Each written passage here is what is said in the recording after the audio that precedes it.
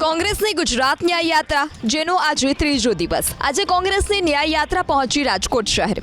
ઐતિહાસિક ઢેબર ચોકમાં સંવેદના સભાનું આયોજન કરાયું, જેમાં પ્રદેશ પ્રમુખ શક્તિસિંહ ગોહિલ, રાજકોટ જિલ્લા કોંગ્રેસ પ્રમુખ લલિત વસોયા, પૂર્વ ધારાસભ્ય ઇન્દ્રનીલ રાજ્યગુરુ સહિતના નેતાઓ અને મોટી સંખ્યામાં કાર્યકરો હાજર રહ્યા। કોંગ્રેસની ન્યાય યાત્રામાં રાજકોટ અગ્નિકાંડ અને મોરબી ઝૂલતા પુલ હોનારત કેસના પીડિત પરિવારો પણ જોડાયા।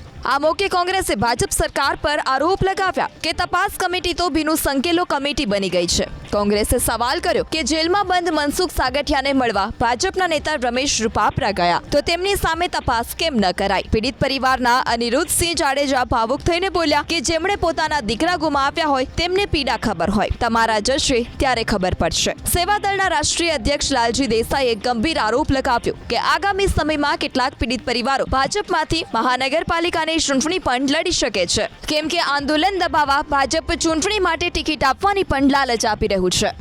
ક્યાંક પૈસાની લાલચ, ક્યાંક ચૂંટણીઓ લડવાની લાલચ, ક્યાંક એમને પદમાં આગળ વધવાની લાલચ, ક્યાંક એમના પરિવારમાંથી કોઈ નોકરી કરતો હોય તો એના માટેની ધાક ધમકી।